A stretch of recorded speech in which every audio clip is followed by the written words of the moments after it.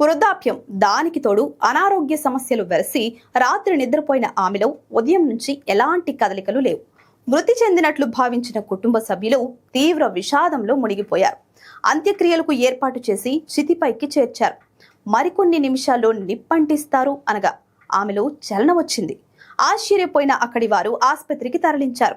ఒడిశాలోని గంజాం జిల్లా కే నువాగాం గ్రామానికి చెందిన పి లక్ష్మి అనే 86 ఏళ్ల వృద్ధురాలు రుగ్మతలతో బాధపడుతోంది. సోమవారం ఉదయం లేవకపోవడంతో కుటుంబ సభ్యులు పరిశీలించారు. ఊపిరి కూడా తీసుకోవట్లేదని గుర్తించి చనిపోయినట్లు నిర్ధారణకొచ్చారు. మరణానంతరం దహన సంస్కారాలు పూరిలో జరిపించాలని ఆమె కొన్నాళ్ల క్రితం చెప్పారు. దీంతో ఆమెను పూరికి తరలించారు. సాయంత్రం 5:30 శ్మశాన వాటికలో చితి పేర్చి దానిపై వృద్ధిరాలిని పడుకోబెట్టారు. ఇంతలో ఒక్కసారిగా కాళ్లు చేతులు కదిలించడంతో అందరూ విస్మయానికి గురయ్యారు. వెంటనే స్థానిక ఆసుపత్రిలో చేర్పించి చికిత్స అందిస్తున్నారు.